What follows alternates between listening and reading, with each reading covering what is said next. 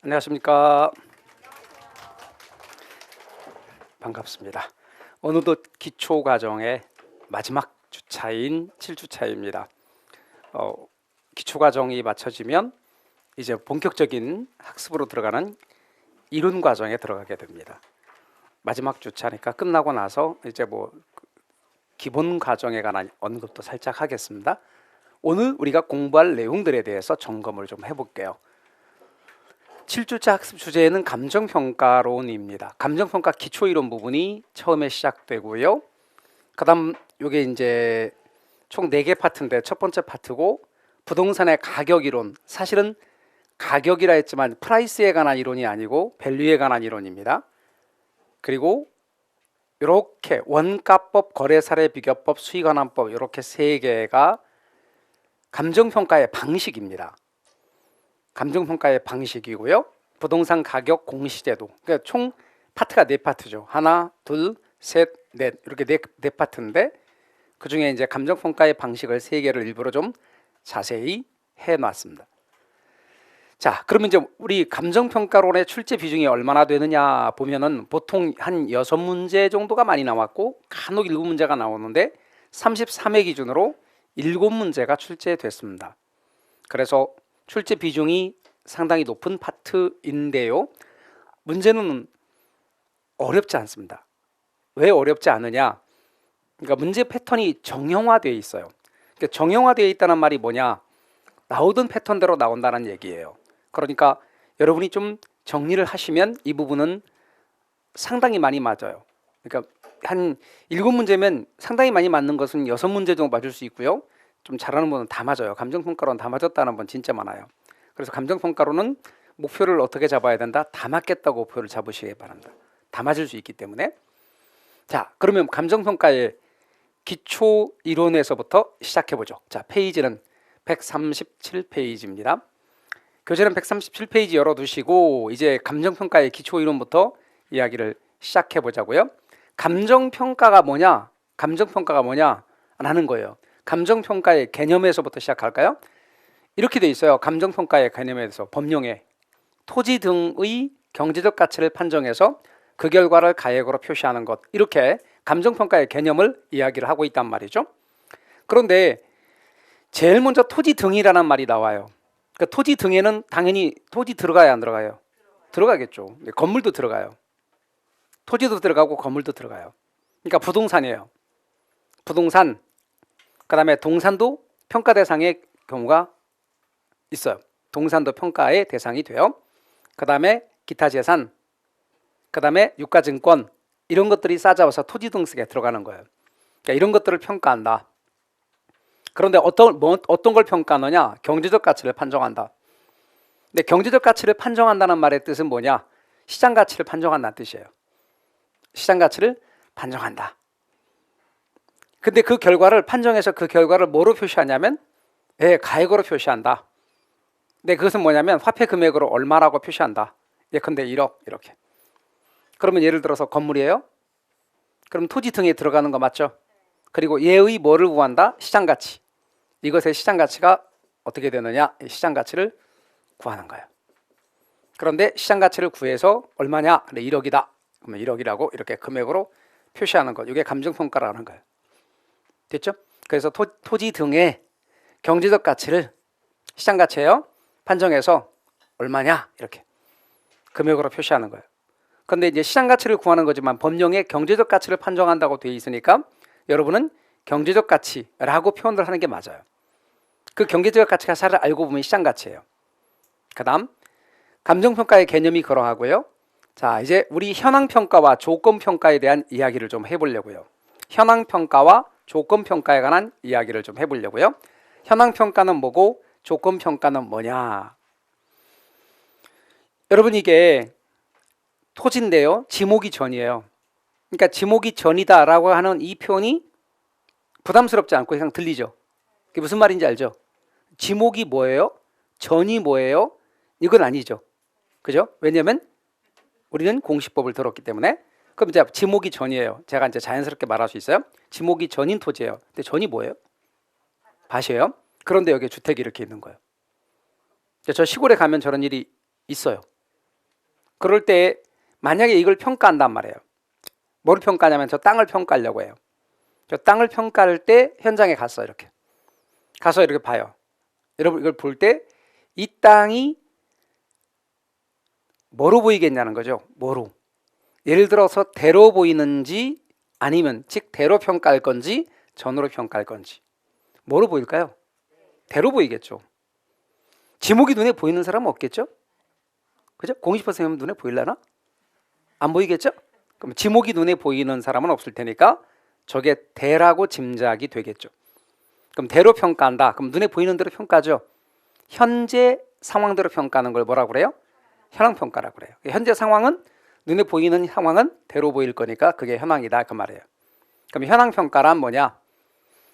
현황대로 유지되는, 현황대로 유지해서 평가하는, 있는 상태대로 가치를 평가하는, 이게 말이 쉽게 말하면 눈에 보이는 대로 평가하는, 현재 상황대로 평가하는 그 평가가 현황 평가예요.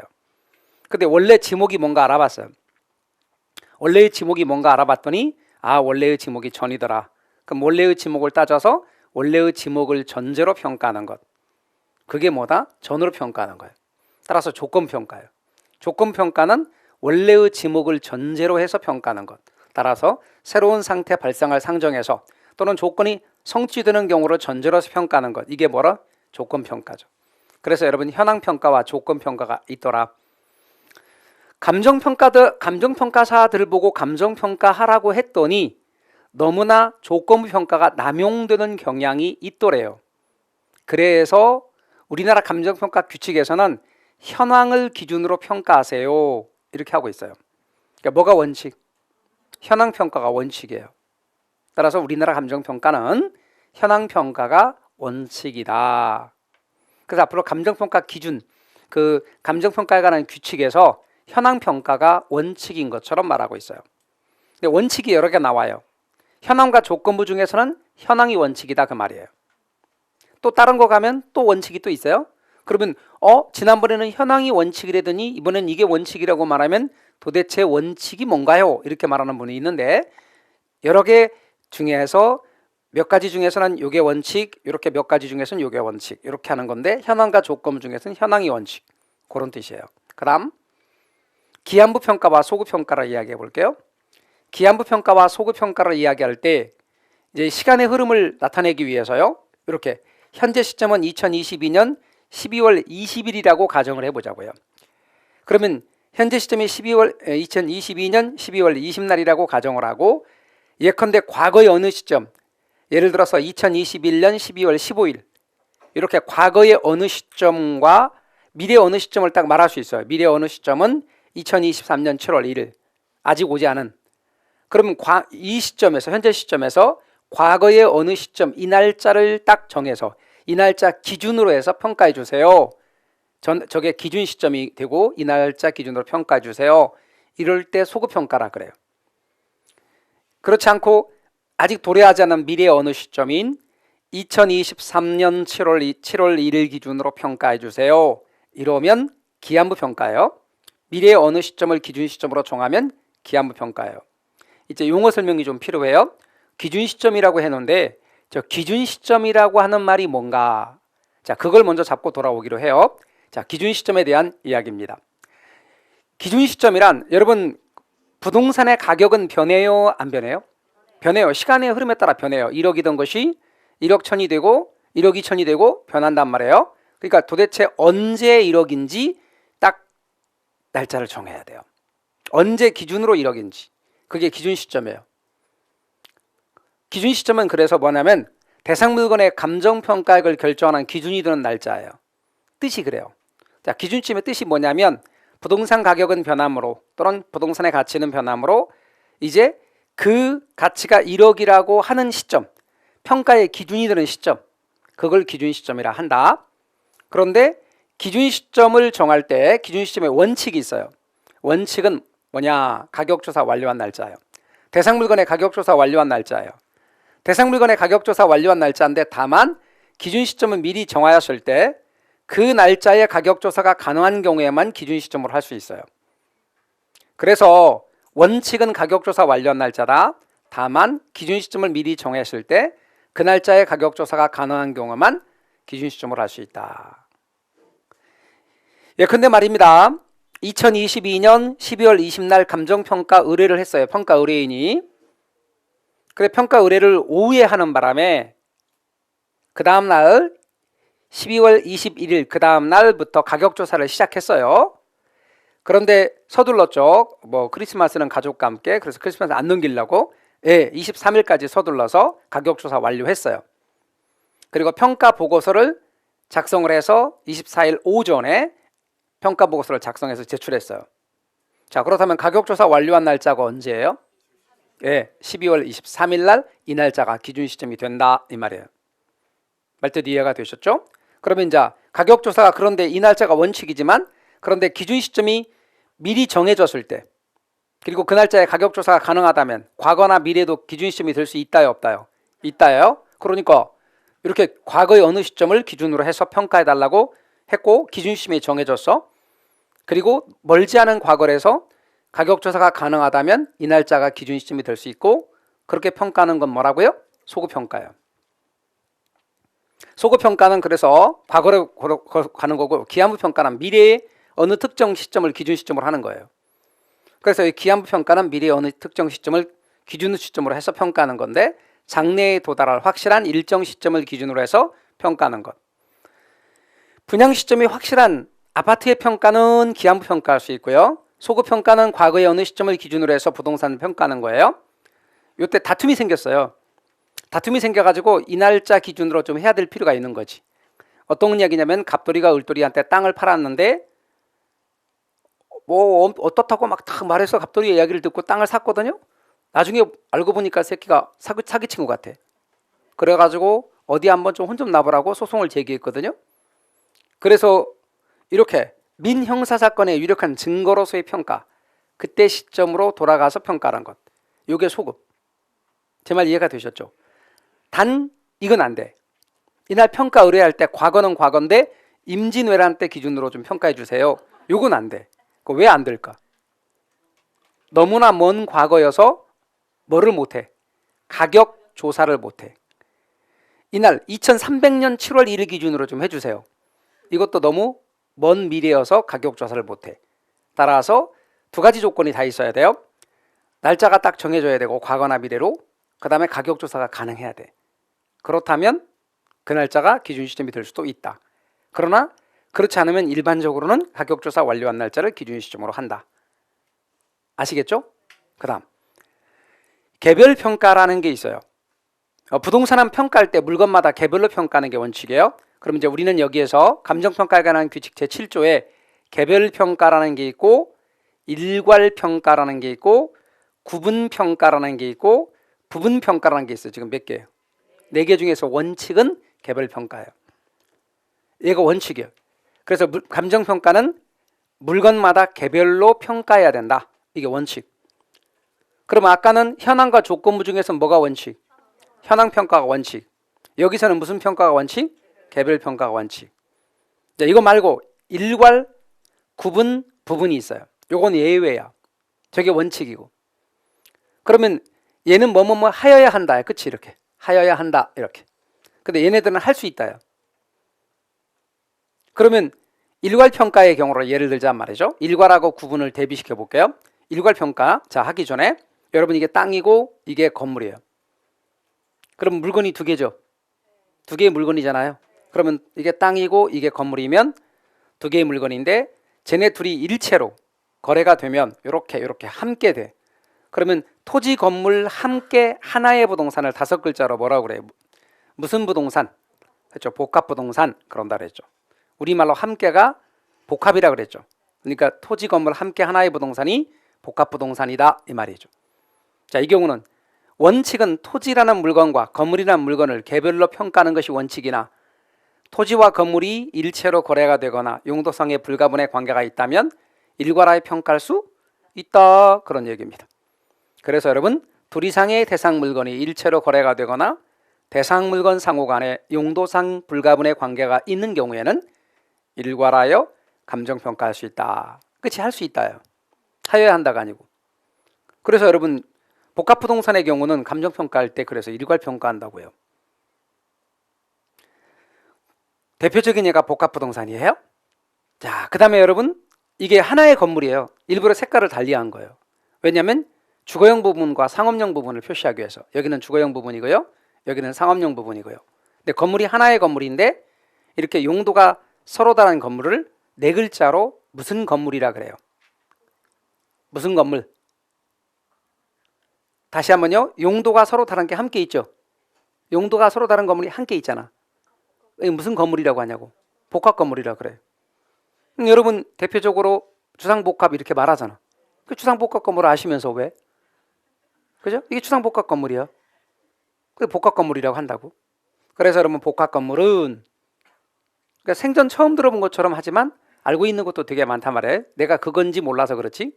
그럼 복합 건물은 하나의 대상 물건이라도 얘하고 가치가 똑같겠어요, 다르겠어요? 달라요. 그러니까 하나의 대상 물건이라도 가치가 다른 부분에 대하여는 따로따로 이것과 이것을 각각 평가해야 되는 거예요. 구분해서 평가해야 한다. 평가할 수 있는 거예요. 근데 구분해서 평가할 수 있는데 이 구분 평가할 수 있다지 꼭 그렇게 해야 된다 라고 하지 않고요, 하여야 한다가 아니라 정확하게 말하면 할 수 있다라고 그랬어요. 원칙은 하여야 한다고, 이렇게 예외는 할 수 있다라고 표현하고 있어요. 그래서 법령에는 할 수 있다 이렇게. 그래서 복합 건물이 대표적인 예입니다. 그러면 부분평가 볼까요? 여러분 아까 이 부분평가의 개념부터 먼저 정하면 전체를 기준으로 해서 일부분 평가하는 게 부분평가인데요. 전체 가운데 일부분을 평가하는 건데요. 토지하고 건물이 함께 있을 때 뭐라고 그랬죠 아까? 복합부동산. 근데 복합부동산에서 이제 땅을 봐. 복합부동산인지 알아요? 아는 상태에서 땅을 보는 거예요. 그럼 땅의 이름이 뭐예요? 세 글자로. 무슨 지? 자, 전체를 봐. 아, 복합부동산이네. 그렇죠? 그럼 이 위에 있는 게 뭐야? 건물이고 이게 땅이란 말이야. 그럼 땅의 이름을 뭐라고 하냐고? 건부지라고 한다고요. 그러니까 건부지는 언제나 복합부동산 일대 그 밑에 있는 땅을 부르는 거예요. 복합부동산을 전제로 할 때만 건부지가 나오는 거예요. 제 말 이해가 되셨죠? 머릿속에 자꾸 이해를 하셔야 돼요. 그럼 건부지는 이 상태에서 건물이 있는 상태예요. 그 상태로 땅을 봐. 그러면 일부만 평가하는 거죠. 이 건부지 평가는 그래서 부분 평가다 그 말이에요. 전체 가운데 일부만 평가하는 거니까. 그래서 여러분 이렇게 일체로 이용되고 있는 대상 물건의 일부분에 대하여 감정평가하여야 할 특수한 목적이나 합리적인 이유가 있는 경우는 그 부분에 대하여 감정평가할 수 있다. 부분평가예요. 전체 가운데 일부분을 평가하는 거예요. 그러면 제가 아까 말씀드리기를 무슨 평가가 원칙이라고 그랬고 개별평가가 원칙이라고 그랬고 그거 말고도 일괄, 구분, 부분이 있다라고 말씀드렸어요. 그리고 여러분 나머지는 원칙은 하여야 한다고 나머지는 끝이 할 수 있다라고 되어 있어요. 자, 교통정리 다시 한번 하시죠. 원래 물건이 두 개의 물건이에요. 그 두 개의 물건을 각각 둘로 평가했어. 이게 무슨 평가인 거고? 개별평가의 원칙대로. 근데 그 물건이 두 개의 물건인데 용도상의 불가분의 관계가 있어서 하나로 평가한다면 무슨 평가고? 일괄평가인 셈이죠. 그 물건이 하나의 물건인데 가치가 달라서 그걸 둘로 평가했어. 그럼 무슨 평가고? 구분평가이고. 하나의 물건 가운데 일부만 2분의 1이나 3분의 1 부분만 평가했어. 그럼 무슨 평가고? 부분평가인 거라 그 말이죠. 감 잡으셨죠? 그렇게 이해하시면 됩니다. 에듀윌 유료 회원만의 라이브 클래스. 두 번째 시간 보겠습니다. 이제는 머리 앞에 세로 갑니다. 자, 정신 차리시고 이번에 합격 진도 나갑시다. 누구세요? 전 애들 교수인데요. 제가 늘 가까이 있으니까 이번엔 합격. 집에서도 학원처럼 공부하는 혜택. 오직 에듀윌 유료 회원에게만. 에듀윌. 우와, 진짜 가까이 계시네요. 그 다음 이제 넘어가셔서 부동산 가격 이론입니다. 교재 140페이지로 가시면 부동산 가격 이론이 나옵니다. 부동산 가격 이론이지만 여러분 이제 거기서 가치와 가격에 대해서 좀 이야기를 해야 됩니다. 약간의 배경 설명을 해드리면 여러분 거기에 가격이라고 이렇게 하고 있는데 우리가 옛날에는 가치와 가격을 구분하지 않았습니다. 왜 그러냐면 이게 일본의 방식을 따라간 거예요. 일본의 방식을 따라서 감정평가사가 평가한 걸 가격이라고 했어요. 일본 방식으로. 그래서 일본에서는 가격과 가치를 구분하지 않고 평가사가 구하면 그걸 가격이다. 우리는 초창기에 감정평가를 일본에서 들여왔거든요. 용어가 그래서 일본식 용어가 많아요. 그래서 우리가 가격이라고 불렀어요. 가격이라고 불렀고, 그렇게 이게 알고 보면 가격이라고 불렀는데 이게 영어로 뭐냐면 밸류였어요. 그런데 미국을 보니까 이제 미국의 제도들을 보고 미국의 방식을 들어올라 보니까 미국은 가격을 프라이스라고 그러고 가치를 밸류라고 해서 구분하네요. 그래서 우리 미국의 감정평가 방식을 좀 더 들여오고 싶은데, 그렇게 되면 지금까지 우리가 가격이라 불렀던 것은 잘못 부른 거예요. 그래서 가격은 프라이스고 다시 가치라고 해야 되는 문제가 생겼어요. 그래서 과도기적인 방법으로 학자들이 생각하는 용어가 하나 있어요. 그게 법령에서 주로 사용하고 있는 가액이라는 거예요. 그래서 앞으로 여러분은 가액 이런 말을 보면 영어로는 뭐다? 밸류다.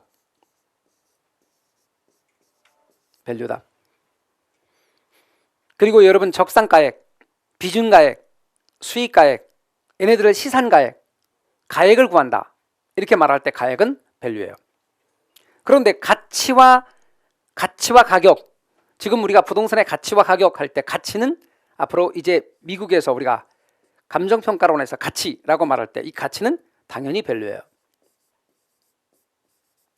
그러니까 우리가 보니까 용어가 그냥 미국 방식으로 일본 방식으로 참 예를 들어서 그냥 그대로 계속 쓴다면 가격이라고 써서 그냥 밀고 나가면 돼요. 간단하지. 아니면 미국 방식으로 오늘부터 딱 지금까지 했던 가격은 다 프라이스니까 그런 말 쓰지 말고 가격과 가치를 딱 오늘부터 구분해 쓰기로 합니다 하고 감정평가사들부터 시작해서 모두 다 그런 식으로 구분하기로 하면 딱 잘라 구분하기로 하면 차라리 어쩌면 간단하지도 모르죠.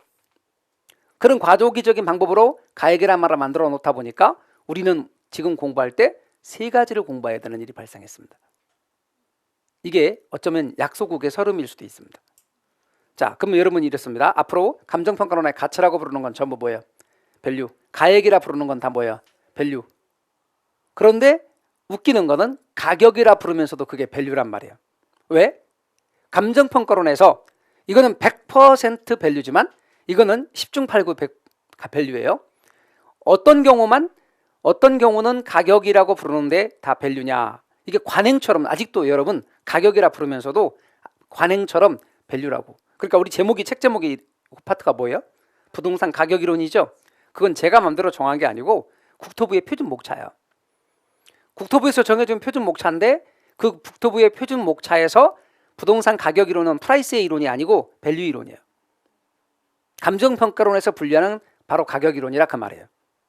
그래서 밸류에 관한 이론이에요. 따라서 여러분 그 관행이 붙어 있어서 그런 거예요. 근데 어떤 때만 감정평가론에서 가격이 밸류가 아니고 프라이스냐? 두 개가 같이 있을 때는 이게 프라이스고 이게 밸류. 그렇지 않고 감정평가론에서 여전히 아직도 가격이란 말을 쓰고 있는데 부동산 가격 이론 아니면 가격의 제 원칙 이렇게 말할 때 그 가격은 다 대부분 밸류다. 이렇게 여러분이 감 잡으십시오. 자, 그 다음 제가 그런 걸 틈틈이 말씀드리기로 하고 이제 이야기를 해보면 부동산의 가격 그래놓고 가로다 가치라고 쓴 이유가 저거 프라이스 아니고 밸류라고 하는 걸 말해드리고 싶어서 그래요. 그럼 이건 뭐냐면 부동산을 소유하게 되면 부동산 소유에서 비롯되는 이익이 발생해요. 앞으로 그 장래 이익에 대한 현재 가치, 이것을 뭐라고 하냐면 가격이라 한단 말이죠. 그 부동산 소유에서 비롯되는 장래 이익의 현재 가치를 가격이라 이렇게 말해요. 가격이라고 표현해왔다고. 그래서 부동산 가격 이렇게 표현하고 왔다고. 근데 실은 영어로 뭐라고요? 그렇죠, 밸류라는 거죠. 그래서 가치라는 말을 제가 의도적으로 좀 자주 쓸 거예요. 그러니까 부동산 가치. 그다음 이것은 소유권, 부동산을 내가 소유하고 있기 때문에 발생하는 소유권의 가치. 그런데 우리 가격과 가치를 구분해 보자. 그럼 가격과 가치를 한번 구분해 보기로 해요. 자, 이걸 구분하기 위해서 요 비교를 한번 해보려고 하는 겁니다. 자, 가격 프라이스는 2021년 7월 1일 날 매수인에게서 매도인에게로 1억이 넘어갔고 매도인에게서 매수인에게로 소유권이 넘어갔어요. 실제 과거의 값이에요. 1억이라는 과거의 값이에요. 그리고 그 거래 과정에 공인중개사가 참여했어요. 공인중개사가 전문가죠. 가치는 대상 부동산에 대한 현재 값이에요. 미래의 이익을 현재 가치로 환원한 값이에요. 그러니까 이거는 평가사가 전문가죠. 평가사가 전문가다. 얘는 시장의 수요와 공급, 수급이에요. 수급. 시장의 수요와 공급에 따라서 거래 당사자 사이에 제한된 값입니다. 가격과 가치는 오차가 발생할 수 있습니다. 이 오차 얘기는 조금 있다가 하기로 하죠. 그리고 가격은 객관적이고 구체적인 값입니다. 아까 그랬죠. 2021년 7월 1일 날 1억 원의 거래가 이루어졌다고 그랬죠. 그 1억 원이라는 돈은 객관적인 값이고 구체적인 값이거든요. 그런데 가치는 보세요, 여러분. 미래의 이익을 어떻게 했다고? 현재 가치 했다고. 누가? 감정평가사가. 감정평가사의 주관이 개입될 여지가 있겠어, 없겠어? 있겠죠. 그리고 장래이익의 현재 가치라는 이 표현 자체가 좀 더 추상적이라는 거죠. 그래서 여러분 주관적이고 추상적이다. 그 다음 가격은 2021년 7월 1일 날 하나밖에 없어요. 그래서 여러분 주어진 시점에서 대상 부동산에 대한 가격은 하나밖에 없다. 근데 2021년 7월 1일은 1억이지만 2022년 7월 1일은 1억 1000이 될 수도 있어요.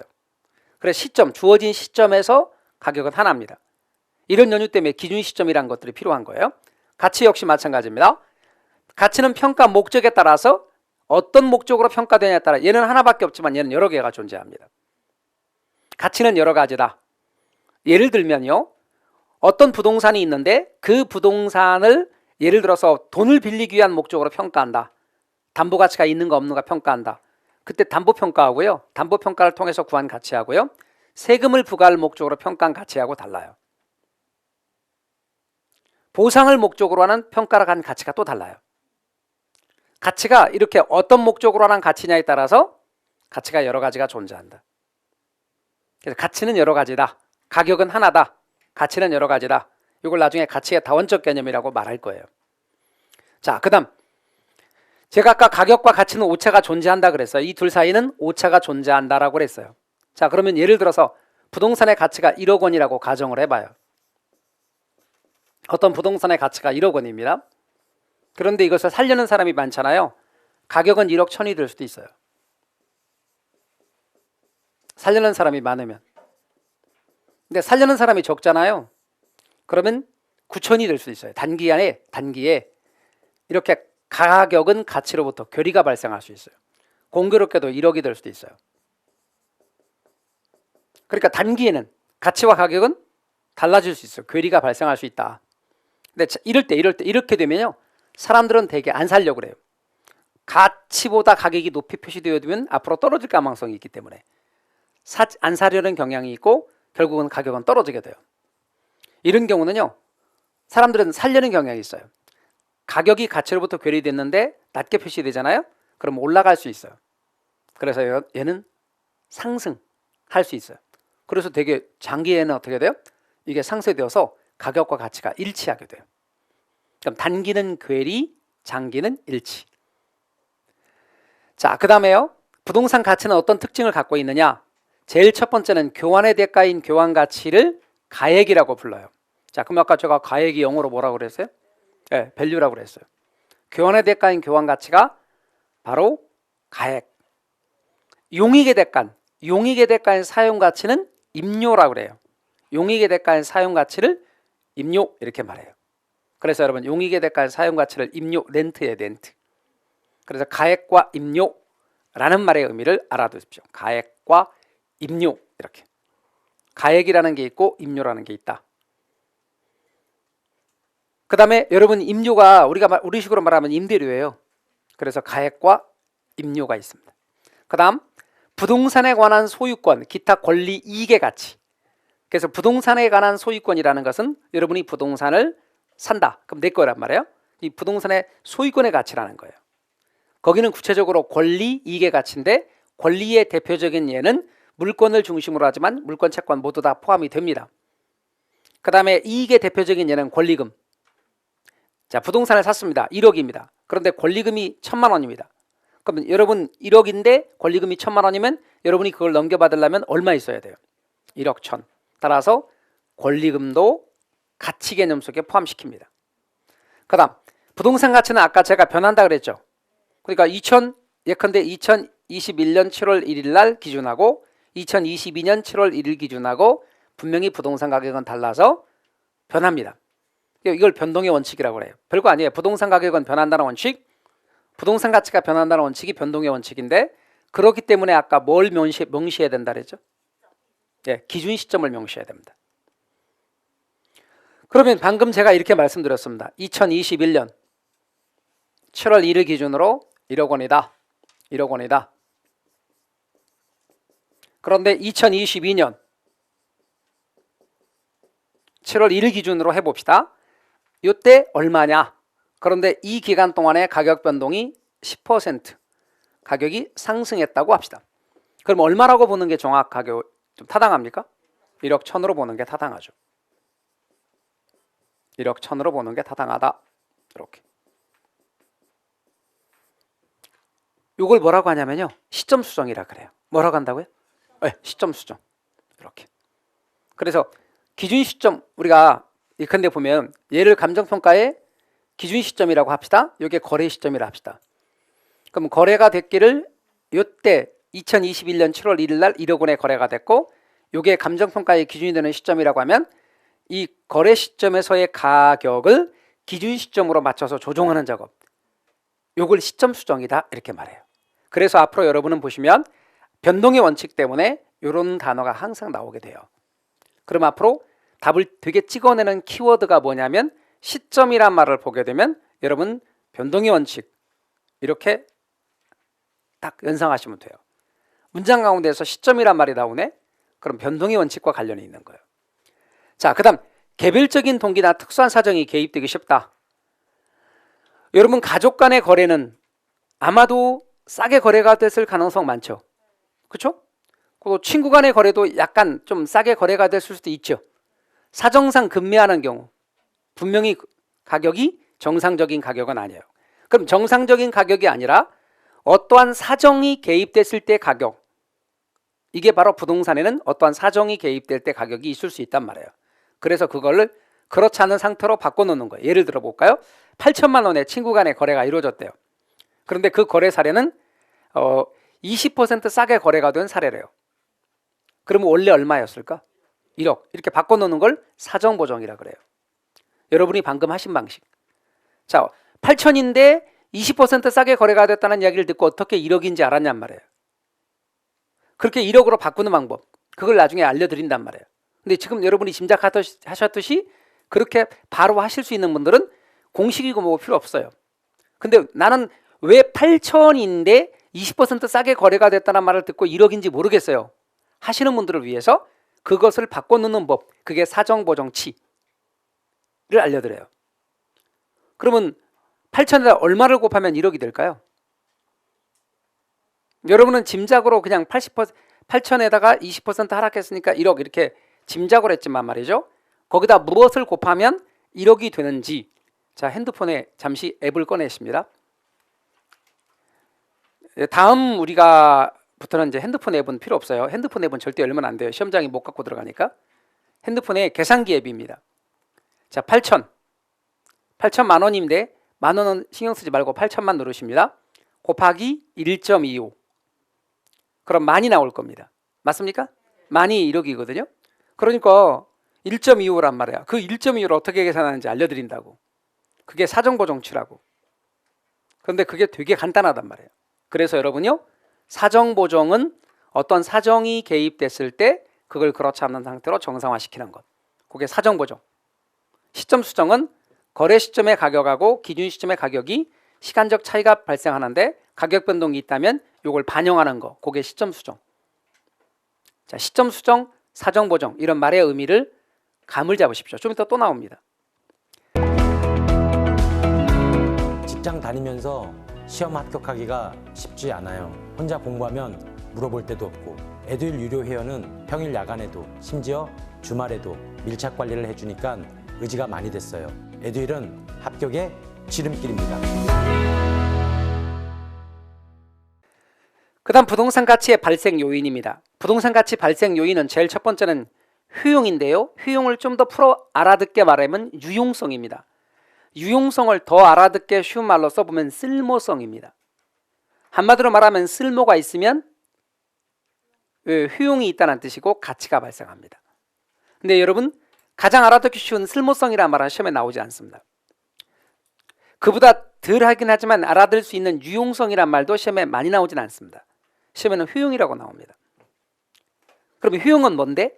효용이란 재화가 있으면 그 재화가 사람의 욕망을 충족시킬 수 있는 능력이 있다는 것이죠.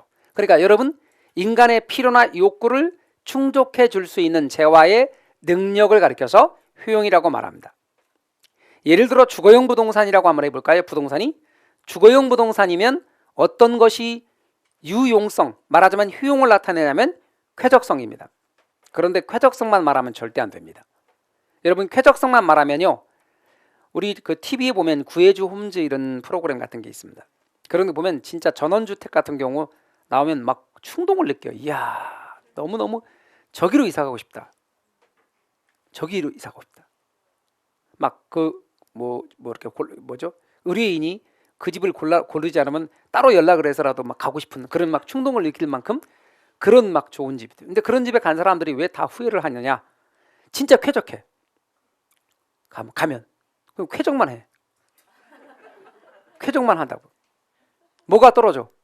그렇죠. 편리성이 떨어진단 말이에요.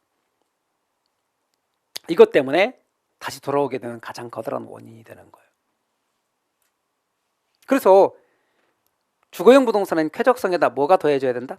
편리성이 더해져야 된다. 잊지 마시고요. 그럼 여러분 짐작. 상업용 부동산은 뭐가 중요할까? 그렇죠. 수익성이야. 다 안다니까 여러분. 꼭 공부를 해서 아는 게 아니라니까. 매칭을 못 시켜서 그래요. 그러면 상식적으로 공업용 부동산에는 뭐가 중요할까? 그 생산성이야. 생산성이 되게 중요해.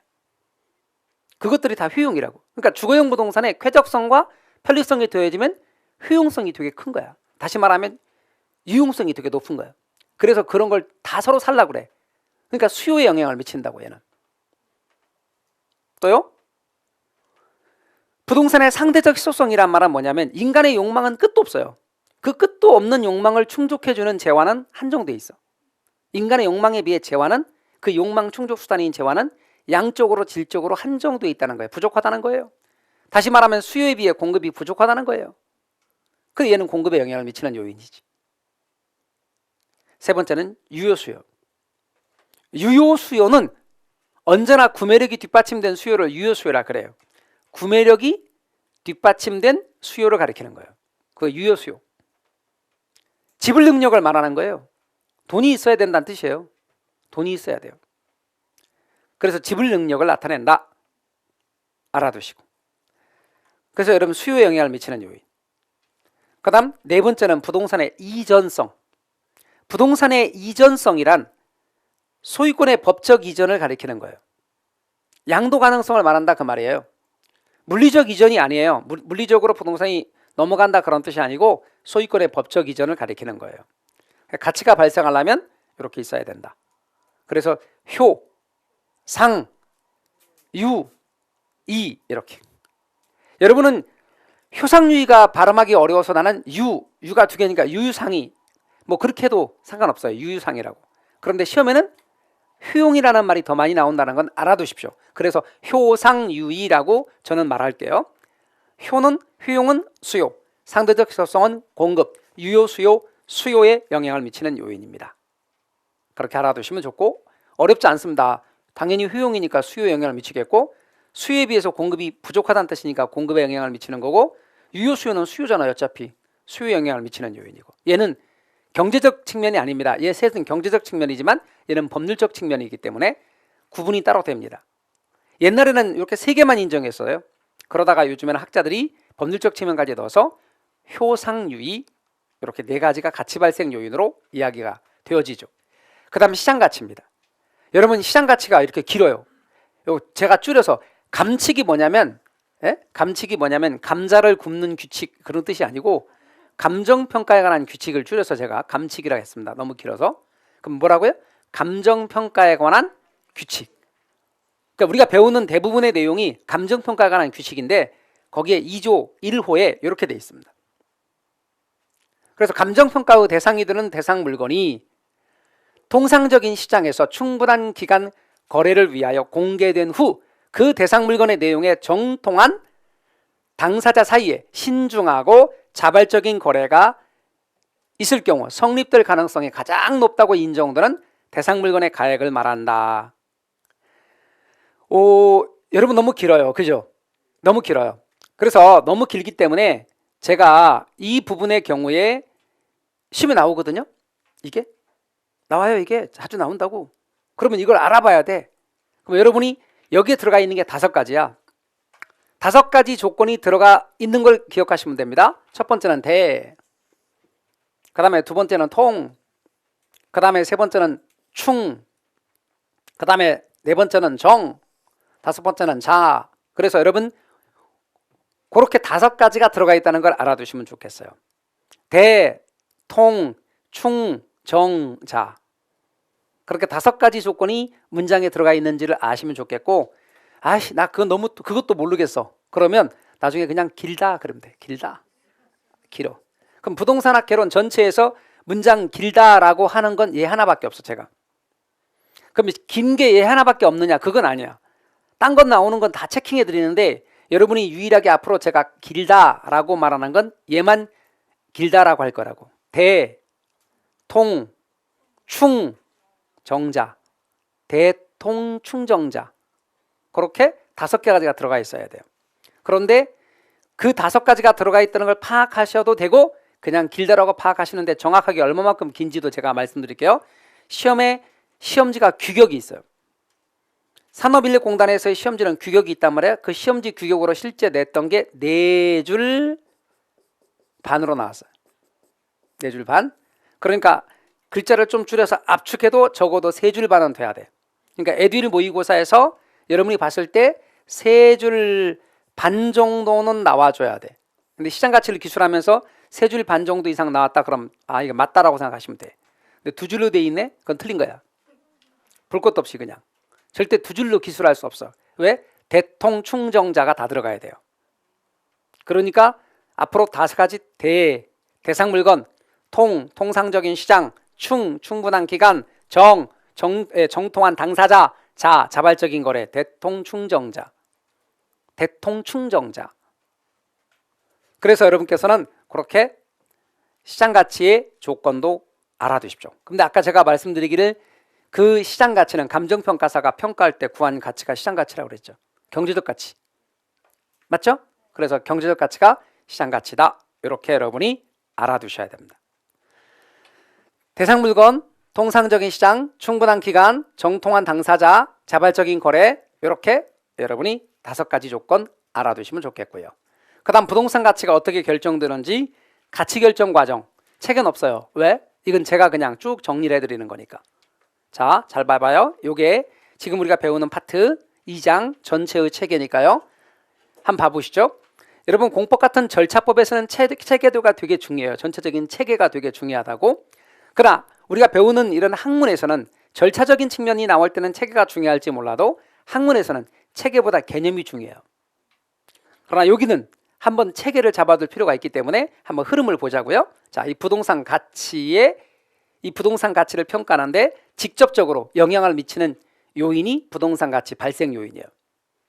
이 부동산 가치 발생 요인에 영향을 미치는 요인이 부동산 가치 형성 요인이에요. 형성 요인이 발생 요인에, 발생 요인은 부동산의 가치를 결정한다. 그 다음 이 부동산 가치를 결정하는 과정 속에서 가치 원칙 13가지가 나와요. 가치 재원칙. 재원칙이란 여러 가지 원칙이란 뜻이에요. 그 다음 이때 여러분 유념할 건 부동산 가치 발생 요인이 부동산 가치를 결정할 때는 수요와 공급을 통해서 가치를 결정하고요. 이 가치가 다시 부동산 가치 발생 요인에 영향을 미쳐요. 이렇게 영향을 주고받는 것을 뭐라고 하냐면 이 피드백 관계를 가치의 이중성이라 그래. 가치의 이중성이 작용한다. 이 가치의 이중성에 대해서도 또 이야기를 해드릴 겁니다. 이게 무슨 뜻이냐면 부동산 가치 발생 요인이 부동산 가치를 결정하고 그 가치는 다시 부동산 가치 발생 요인에 영향을 미친다는 것. 그런데 부동산 가치 발생 요인은 아까 4가지였어요. 뭐였죠? 효, 상, 유, 이였어요. 그래서 앞으로 효, 상, 유이를 이야기할 거라 이 말이에요. 이렇게. 그런데 이것은 어느 하나에 의해서 가치가 정해지는 게 아니라 이들의 상호 결합으로 가치가 정해지는 거예요. 상호 결합으로 가치가 발생한다. 그리고 이 가치 발생 요인이 형성 요인에 영향을 미치는가? 아니, 안 미쳐요. 이렇게는 영향을 미치고 이렇게는 영향을 안 미쳐요. 이렇게만 영향을 미치는 거예요. 이건 안 미쳐요. 나중에 모의고사 나올 때 이렇게 영향을 미친다? 맞고, 이렇게 영향을 미친다? 그럼 미쳐버려 진짜. 안 미쳐요. 그리고 여기는 일반 요인. 이게 대한민국 모든 부동산에 영향을 미치는 요인. 이게 일반 요인. 요거 강남구의 부동산에만 영향을 미치는 요인, 지역 요인. 요거 우리 학원 건물에만 영향을 미치는 요인, 개별 요인. 다시 요거는 대한민국 전체에 영향을 미치는 요인. 요거는 강남구에 영향을 미치는 요인. 요거는 우리 학원 건물에만 영향을 미치는 요인. 뭔 말인지 아셨죠? 일찍이에요. 그러면 이제 강남구의 부동산에 영향을 미치는 요인을 분석하고 싶어. 강남구의 부동산에 영향을 미치는 요인을 분석하고 싶어. 그게 지역 분석. 우리 학원 건물에 영향을 미치는 요인을 분석하고 싶어. 그게 개별 분석. 그러면 그냥 눈으로 봐도 어느 분석이 먼저일 것 같아? 아니야, 이 두 개 중에서 지역 분석이 먼저지. 먼저 행하는 분석을 무슨 분석이라 그래요? 선행 분석. 얘가 선행 분석. 나중에 행하는 분석은 후행 분석. 그래서 얘는 선행 분석이다. 얘는 후행 분석이다. 두 번째 시간에 그 얘기를 할 거란 말이에요. 그래서 우리 앞으로 일찍에 이렇게 있어요. 일찍에 이렇게. 일찍에는 효상류에 영향을 미치지만 효상류는 일찍에 영향을 미치지 않는다. 그리고 대한민국 전 국토 공간에 영향을 미치는 요인도 사회적 요인, 경제적 요인, 행정적 요인으로 앞으로 나눠 볼 거예요. 그러나 흐름을 여러분이 이렇게 알고 계시면 이해하는데, 요 부동산 가치 결정 과정을 이해하는데 도움이 돼요. 그러면 이제 저는 이제 지역 분석, 개별 분석 이런 거 이야기해야 되겠죠? 그리고 가치 재원칙도 이야기해야 되겠죠. 13가지.